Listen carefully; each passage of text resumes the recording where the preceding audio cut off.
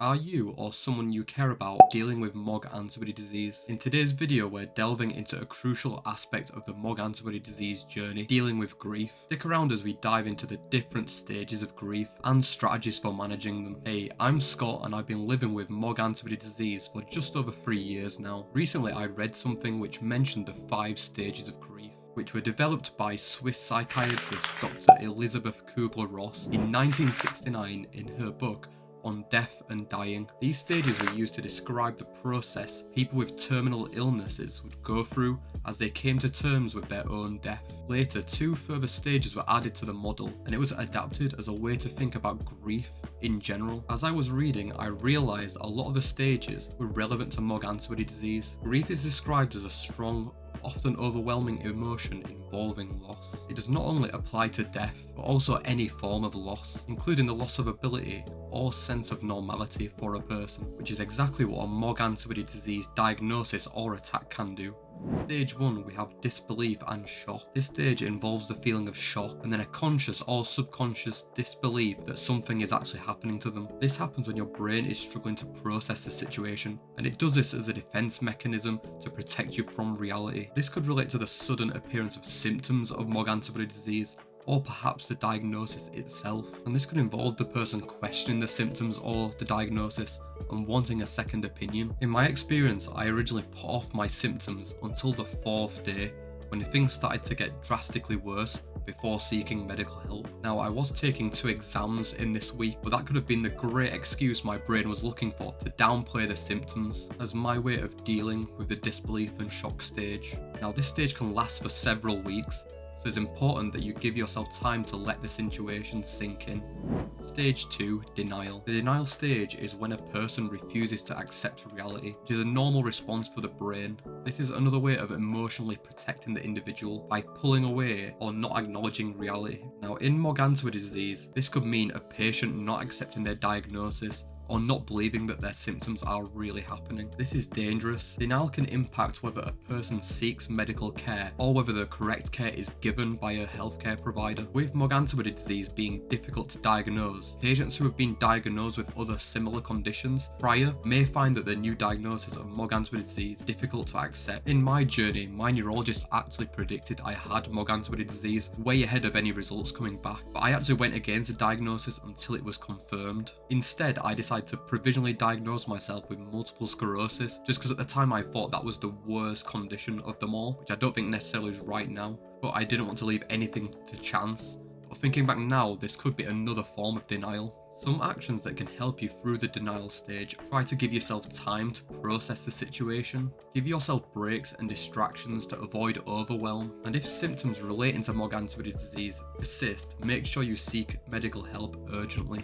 So now we move on to stage 3, guilt and pain, and this is where the reality of the situation starts to set in, often causing emotional pain. This pain could relate to losing your old self and accepting your new reality, as well as possible remorse over missed opportunities. And there also may be a heightened awareness of physical pain after a MOG antibody disease attack. Some people may feel guilty for not acting differently before their diagnosis or attack, such as not seeking medical advice sooner. Looking back, this is something I experienced in my situation. I used to think that if I'd have sought medical help earlier, maybe my symptoms wouldn't be so bad now. Obviously, it's very easy to do this in hindsight. Even if I found medical help sooner, there's no guarantee that the healthcare staff would have realised it was a neurological issue, which could have ended up causing more issues further down the line. So I would encourage you to look ahead and try not to dwell on your past actions that can't be changed. Some actions to help you through this stage are: remember, MOG antibody disease is not your fault. Don't blame yourself for it. Avoid the use of alcohol or other drugs to block out the situation. Connect with others using support groups, healthcare providers, and your own networks to talk about it, and schedule regular downtime to distract yourself from overwhelm and negative thoughts. Stage 4, bargaining. This stage is when an individual tries to make sense of the loss. It can be a way to regain some of the control lost in a traumatic event. In this stage, an individual may make lifestyle changes as a promise to fate or the powers that be, in hopes of reversing the diagnosis. Some may use prayer to try and find out the lesson or individual reason why their diagnosis has happened. it is important to mention again that you should not blame yourself for your diagnosis or attack. There are still many unknown things about MOG antibody disease, and blaming yourself is unlikely to really bring any relief. Bargaining can often lead back to the previous stage of guilt if the person believes their actions in the past could have influenced their outcome. I really started to experience this when I was considering what had caused my MOG antibody disease to happen. Was it because my exercise or diet wasn't good enough, or perhaps this was a punishment from a higher power? Whilst I'm not a particularly spiritual person, I did try think as broad as possible to work out what could have caused it and if there was any lessons to be learnt from it. Some actions to help you through this stage are: don't beat yourself up about what could or couldn't have happened, and join some MOG antibody disease support groups. They are often a great place to explain how you feel and get some good feedback.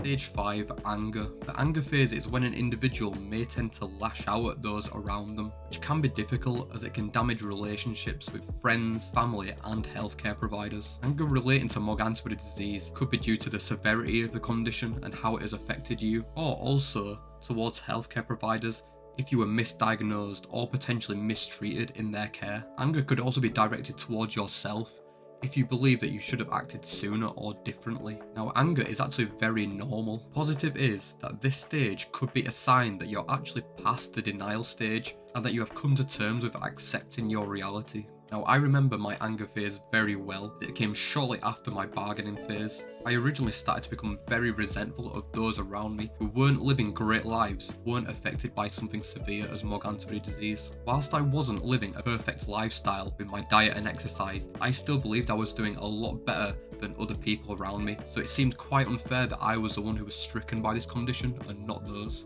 I also remember that my patience was very limited at this time. I'm usually a really chilled person. During this phase, I felt very irritable, but it's possible that the steroids I was taking was also contributing to this too. Some ways to help you through the anger stage are: remember that anger is normal. You're going through a traumatic event and it takes time for things to work itself out. Take a moment to recognise how you're feeling and why you feel that way. Sometimes it's better to think this through. And lastly, find a healthy way to release anger without harming those around you.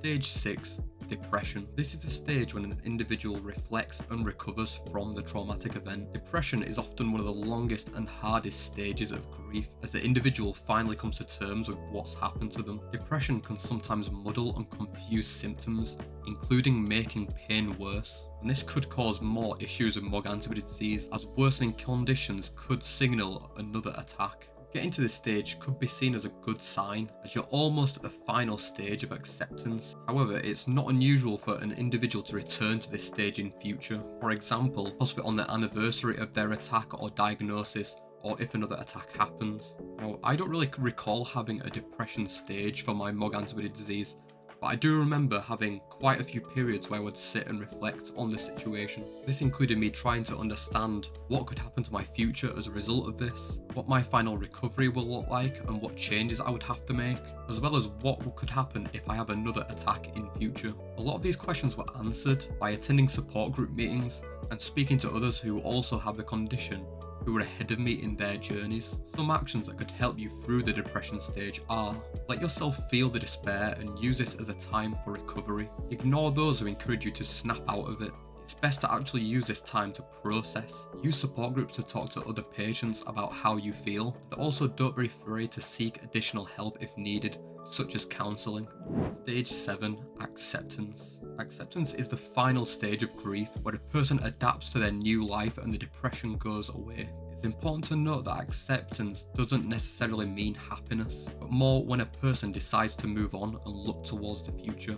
Acceptance is a personal experience, and it may take a different amount of time between each person to get to this stage. Now, in MOG antibody disease, acceptance could include accepting your new relationship with your body, the symptoms that could have appeared, and any treatment or medication which is required. Reaching the acceptance phase doesn't mean that you won't revisit the other stages of grief in future, but you may find yourself regaining a sense of normality and wanting to get on with it. Acceptance should be celebrated. Some may find silver linings in their life and reprioritize it to focus on the things that matter to them.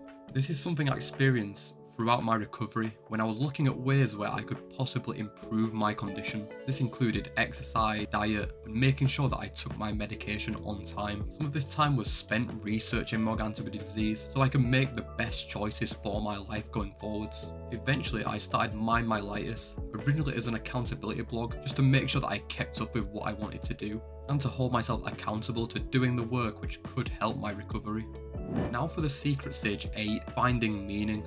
Some believe that there actually is an 8th stage to grief, which is where an individual turns a traumatic event into an opportunity. Now for me, this is something I definitely experienced, as I started to realise there are lots of people in a similar situation to me, and I could help them by telling them my story. This is when Mind My Litis changed from an accountability blog into more of a news and awareness page, so I could update others on useful information about the condition. Mind My Litis has then gone on to raise funds for non-profits, contribute to research involving MOG antibody disease, as well as collaborate with others in the space, all with the aim of helping MOG antibody disease patients. So I encourage you to find your meaning. Some examples of finding meaning with MOG antibody disease could be appreciating how MOG antibody disease has made you a stronger and better person. Perhaps spend time with a MOG antibody disease non-profit to collaborate or raise funds. Why not start a blog to talk through your experiences to help others? Or how about you set aside time for recreational activities